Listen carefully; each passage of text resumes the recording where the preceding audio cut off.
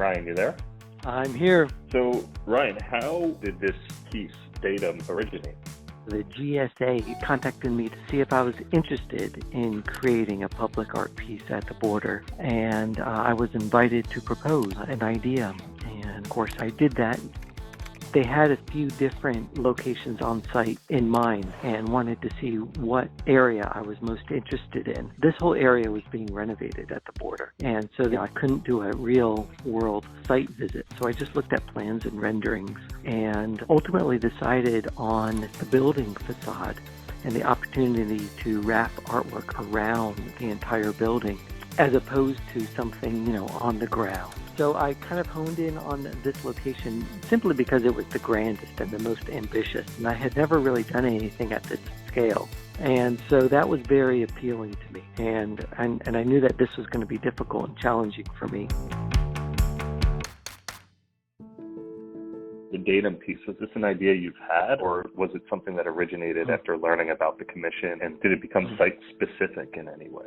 The whole project was born out of the concept of doing something specific to the area. And so I had done this kind of a commission before, meaning look at a geography and create a set of drawings that are specific to an area of history, and then finding a way to express that set of drawings.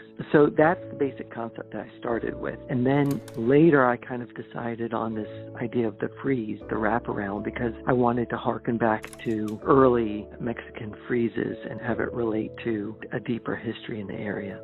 The intention with this piece is aesthetically I wanted it to be integrated into the landscape, or at least into the architecture, and that's why I chose that very specific blue. That blue is used on adjacent buildings, and I wanted this work not really to read as superficial artwork that was applied, but rather cryptic graphics that were kind of integrated into, so that you almost have to do like a double take and kind of peel back the artwork, and I didn't want it to be so blunt, and so it had to reveal itself slowly over time. So all of that is to say that that was my aesthetic intention.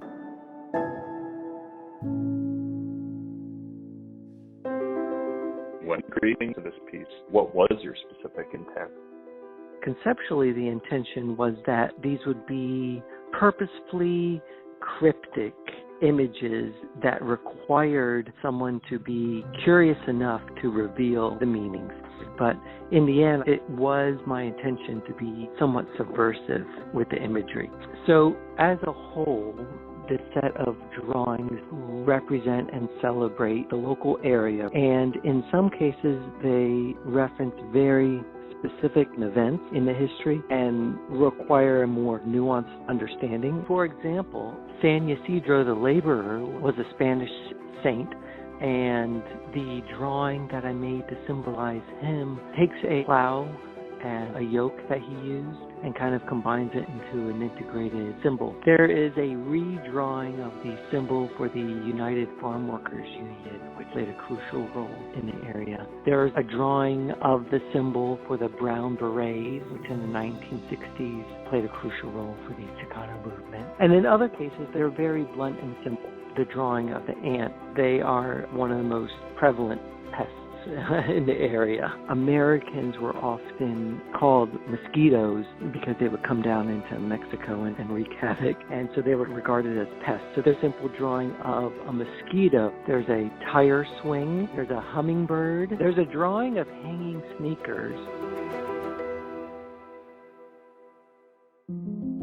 Do you think it's border art?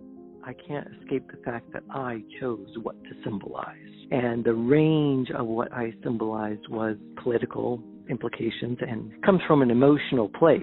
And then again, there are ants and acorns. The point is that there's a range. And so in that regard, I can't escape the fact that this is personal as much as I don't want it to be.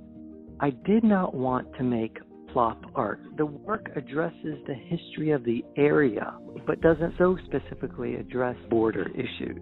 Based on its location alone, one can't escape the fact that it's so-called border art. This is not a political piece by any means, and it certainly doesn't address issues.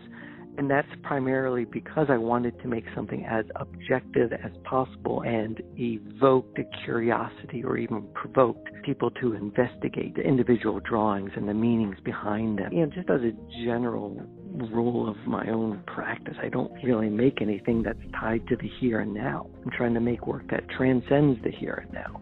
Did you have an intention for how you wanted people to interpret the piece? I don't have any subjective feelings about how the work could be seen or interpreted, simply because I can't control that. I don't want to control it, and I don't want to impose interpretation or intention on it. It's as objective a presentation of tidbits is probably the best way to describe it, because you can't have an inclusive, all-encompassing recorded history of the area. And in fact, no history is completely objectively ever presented. History is always mired in a perspective. So that's one of the reasons why I create drawings and images as universal as possible.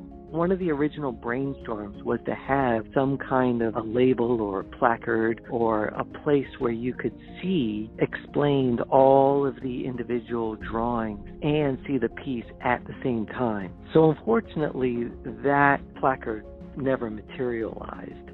And so it's really up to me to help get the word out.